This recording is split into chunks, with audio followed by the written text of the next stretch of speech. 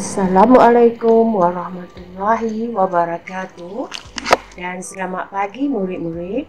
Selamat datang kembali ke channel Cikgu Sal. Untuk subjek Bahasa Melayu hari ini, Cikgu akan mengajar unit 3. Di bawah tajuk kecilnya, kata kerja aktif transitif. Kedua, kata kerja aktif tak transitif. Dan yang ketiga, kata kerja pasif.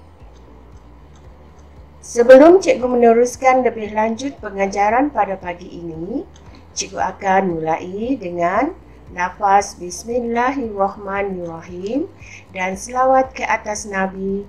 Allahumma sholli ala sayyidina Muhammad wa ala ali Muhammad.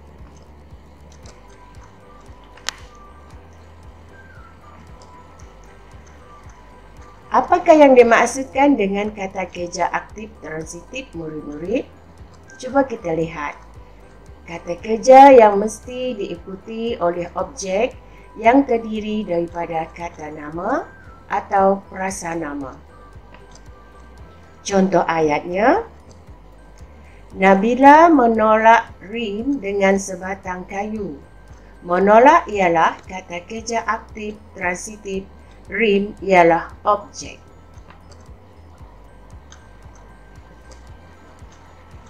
Seterusnya murid-murid, lihat apakah yang dimaksudkan dengan kata kerja aktif tak transitif. Pertama, kata kerja aktif tak transitif berpelengkap. Contohnya, Nasri dan Nabila berasa gembira. Ini merupakan kata kerja aktif tak transitif berpelengkap murid-murid. Yang kedua, kata kerja aktif tak transitif tanpa pelengkap. Contohnya, mereka berlumba. Ini merupakan contoh kata kerja aktif tak transitif tanpa berpelengkap. Maksudnya di sini murid-murid, kata kerja aktif tak transitif ini terbahagi kepada dua, iaitu berpelengkap dan tanpa pelengkap. Sekarang murid-murid lihat apakah yang dimaksudkan dengan kata kerja pasif. Kata kerja pasif ialah kata kerja yang terhasil daripada perubahan ayat aktif menjadi ayat pasif. Contoh ayat aktif, Nasri mengutip daun itu. Manakala contoh ayat pasif pula, daun itu dikutip oleh Nasri.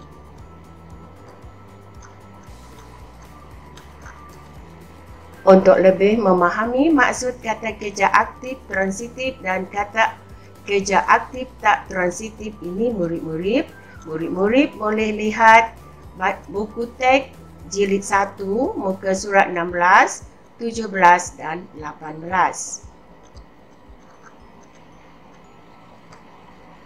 Setelah murid-murid membaca dan memahami isi kandungan teks tersebut, sekarang mari kita lihat pula latihan yang terdapat di dalam buku aktiviti jilid 1 muka surat 19, 20, 21 dan 22.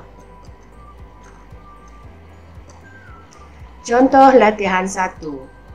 Bina ayat menggunakan kata kerja aktif transitif. Tajuknya, pengalaman memanggang ikan.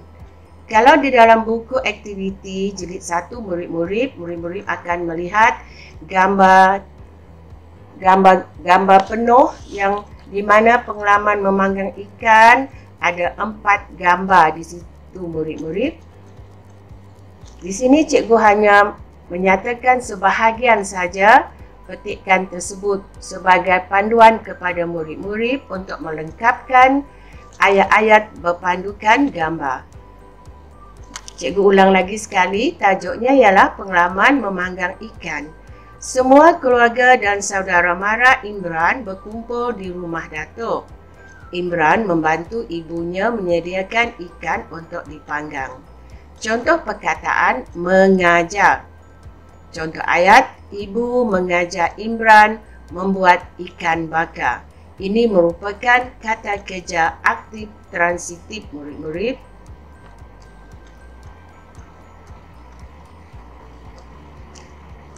Contoh latihan kedua ialah lengkapkan karangan pendek menggunakan kata kerja aktif tak transitif berdasarkan gambar. Tajuknya Majlis Kesyukuran. Di dalam majlis kesyukuran itu murid,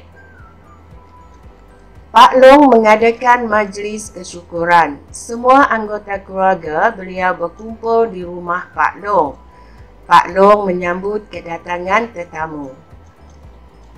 Untuk melengkapkan ayat seterusnya, murid-murid rujuk buku aktiviti jilid 1, muka surat 20. Harus menggunakan kata kerja aktif tak transitif murid-murid.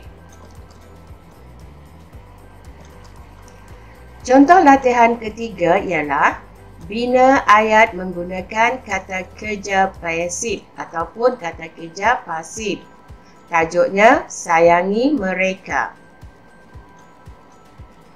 Gambar penuhnya murid-murid akan dapat melihat dalam buku aktiviti jilid 1 muka surat 21.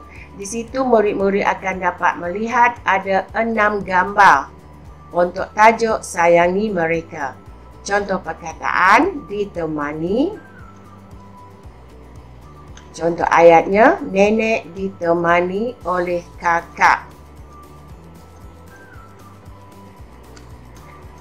Untuk tugasan minggu ini, sila jawab latihan dalam buku aktiviti jilid 1, muka surat 19, 20, 21 dan 22. Selamat maju jaya. Sehingga berjumpa lagi. Assalamualaikum warahmatullahi wabarakatuh.